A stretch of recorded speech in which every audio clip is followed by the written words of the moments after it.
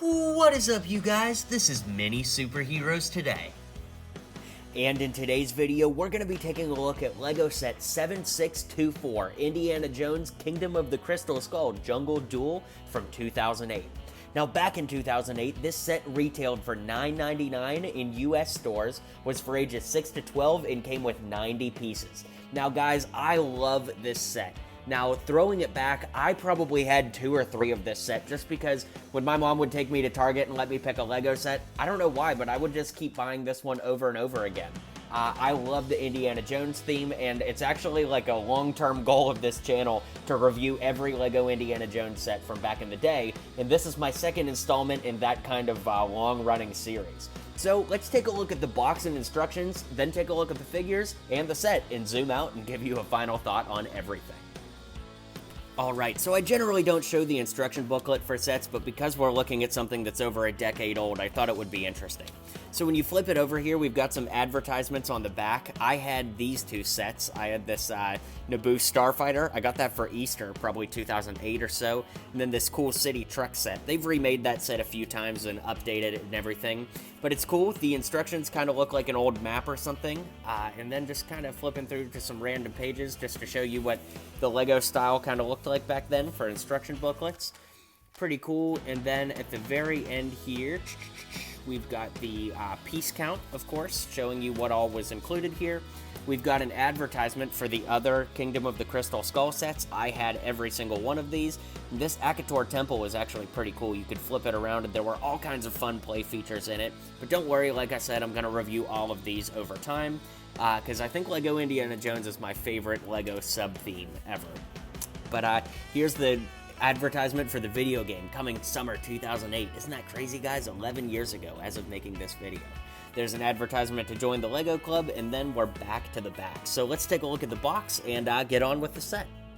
Alright, so there's not too terribly much to see with the box that we didn't see with the instructions, but it's really cool. I always loved this skull design and the whip that kind of came across the top of the box here. Got the LEGO Indiana Jones logo, all the set details, kind of got some action here. On my box, we've got some creasing on the front here, some damage to the sides, but when you're talking about a set that's over 10 years old, it's pretty hard to find this stuff in total mint condition. So up top here, we've got our figures. Everybody's got a name. They don't always do that, so that's pretty cool.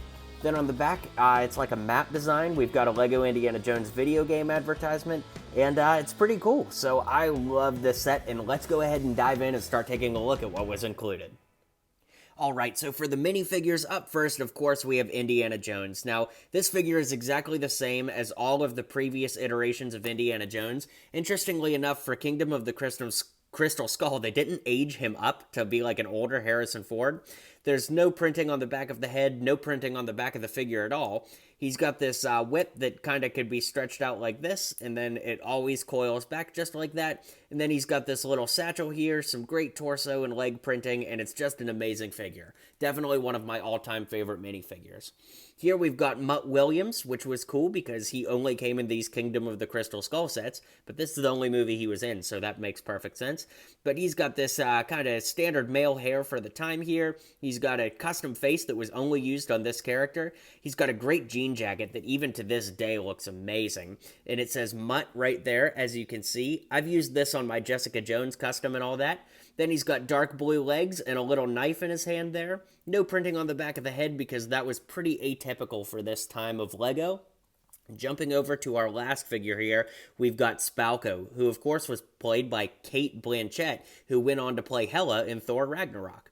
So again, no printing on the back of this figure, one-sided head, some interesting hair and facial combos here, and I've seen a lot of people don't like this face. They'd say it really hasn't aged well, and I would tend to agree with that, but overall, I'm so nostalgic for this set that I could totally give it a pass. So overall, I really, really love the figures here, and then let's go ahead and take a look at the features of this set. Alright, so taking a look at the features of this set, back here we've got this little like sword spindle thing that spins around. It sort of spins, I guess. It's a little tricky there, but we've got a bunch of different kinds of swords there for the Soviet people to use, so that's kind of cool. Very, very simple. Over here, we've got a little bucket that has 2 gems, red and green. We've got the other knife from Mutt Williams. We've got a little piece of chicken and a banana in there. camping essentials if you ask me. Here we've got this little campfire here, which is very obvious that it's pretty simple in its build, but it's a really cool thing, very nostalgic Lego. We've got a little bench here that goes with the table, and the table actually splits in two, so, you know, you could have them fight, and these little yellow ledge pieces go right in there to hold the table together, so it's actually pretty cool that the table holds together. And back when I was a kid, I would actually take this map piece off and put it across the table to hold it together, so it's like a little Lego hack for this set.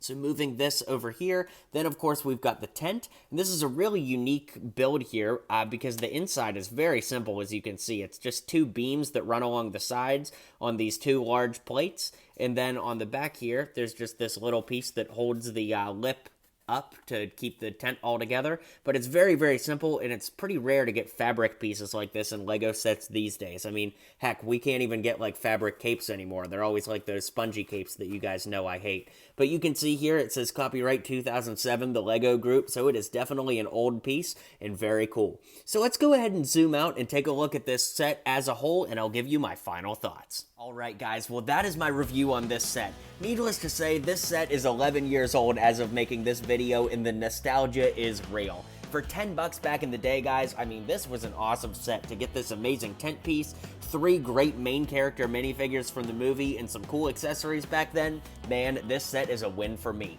But guys, drop a comment below and let me know what you think. If you were alive in 2008 and buying Lego sets, is this something that you would pick up? And even so, if this is something you want to pick up now, be sure to visit the link in the description below for where you can pick up this set today. So thank you guys so much. Be sure to hit like and subscribe if you haven't already. I'll catch you guys on the next video, and until next time, build on.